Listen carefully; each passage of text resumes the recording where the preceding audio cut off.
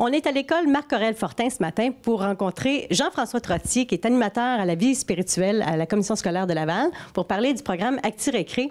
Ça, c'est vous qui avez parti ce programme-là il y a plusieurs années. Oui, bien, j'ai parti le projet il y a une douzaine d'années. Et on a l'honneur cette année que la TVRL vienne de faire le tour de chacune de mes écoles. Et l'école ici, c'est la deuxième école qui a embarqué dans le projet. Donc, et bien sûr, un projet comme ça, avec une grande envergure, 7 écoles, 3500 élèves au total, mais ça prend des gens qui puissent s'en occuper. Puis ici, je vais vous présenter tout d'abord les directions d'école et par la suite, les adultes enseignants et éducatrices spécialisés qui accompagnent les élèves qui, eux, font en sorte que les récréations sont agréables. Oui, parce que justement, chaque école est différente. Oui. Alors, c'est ici, on va justement aller voir qu'est-ce qui est différent par rapport aux autres écoles. On y va. J'ai hâte de vous les montrer. Vous êtes la directrice Acti-Récré. Ça fait déjà un certain temps que ça fonctionne ici. Ça fait combien de temps? Ça fait 10 ans que ça existe dans notre école. Et là, qu'est-ce que vous avez remarqué comme changement depuis le début? Avant, il n'y en avait pas. Maintenant, ça fait un certain temps. Comment ça fonctionne maintenant? Nous, on a constaté que les récréations se vivent beaucoup plus harmonieusement. Et puis, les élèves aiment participer à Acti-Récré.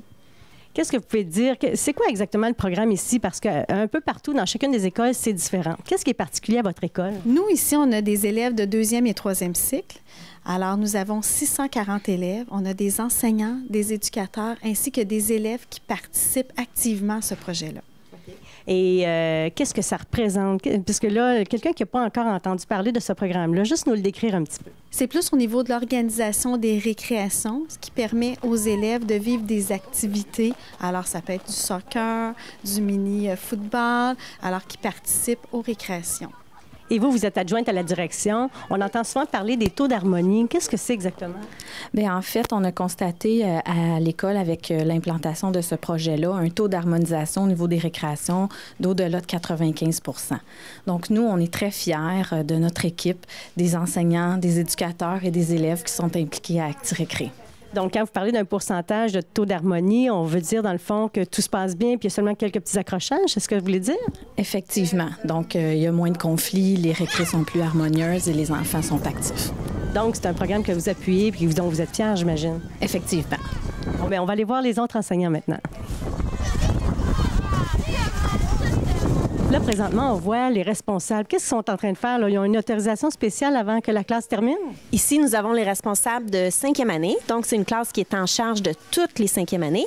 Ici, nous avons 2 arbitres en chef du groupe 506, Kayla et Victor. Eux, ils ont l'autorisation quand ils sont les arbitres.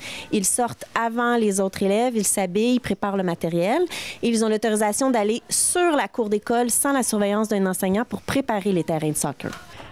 Caroline Guénette, vous êtes enseignante spécialisée. De quelle façon vous êtes impliquée dans le programme avec les jeunes? Moi, ça fait 8 ans que je suis ici. Je m'occupe d'Acti-Récré. Donc, on forme des élèves à devenir arbitres et à prendre leur place sur la cour de récréation. C'est eux qui arbitrent des matchs de soccer. Et depuis dernièrement, on a ici l'Ultimate Frisbee. Donc, les jeunes organisent les activités. C'est eux qui décident qu'est-ce qu'on fait. Et après, ben, ils sortent dehors puis on joue. C'est quoi l'avantage pour les jeunes? Est-ce que vous avez remarqué une certaine fierté des jeunes, un niveau de confiance plus grand? La confiance augmente beaucoup parce que les élèves apprennent vraiment à prendre leur place. Parce que souvent, quand ils sont arbitres, ils prennent des mauvaises décisions. Des fois, ils en prennent des bonnes. D'autres fois, ils sont obligés de vivre avec les conséquences. Donc, ils apprennent à s'affirmer énormément parce que ce qu'ils ont vu, c'est ce qu'ils ont vu, même si des fois, c'est pas toujours exactement la réalité. Ils font des erreurs, puis après, on se rattrape. C'est quoi le côté peut-être le plus difficile dans l'organisation d'un programme comme ça dans une école? On est une grosse école, donc il a fallu diviser notre Acti-Récré parce qu'avant, quand je suis arrivée ici, ça marchait classe contre classe, c'était niveau contre niveau, mais c'était tout le monde en même temps. Tandis que maintenant, étant donné qu'on est beaucoup, on a un responsable pour les 6e années, un responsable pour les 5, pareil pour les 3 et 4e années. Donc, ça se fait bien quand même si c'est une grande école, il y a moyen d'organiser ça, pour que ça soit efficace, puis que ça soit agréable. Oui, c'est très agréable. Les élèves sont super intéressés. Ils viennent jouer au soccer ici. Évidemment, le soccer, c'est le sport le plus populaire ces temps-ci.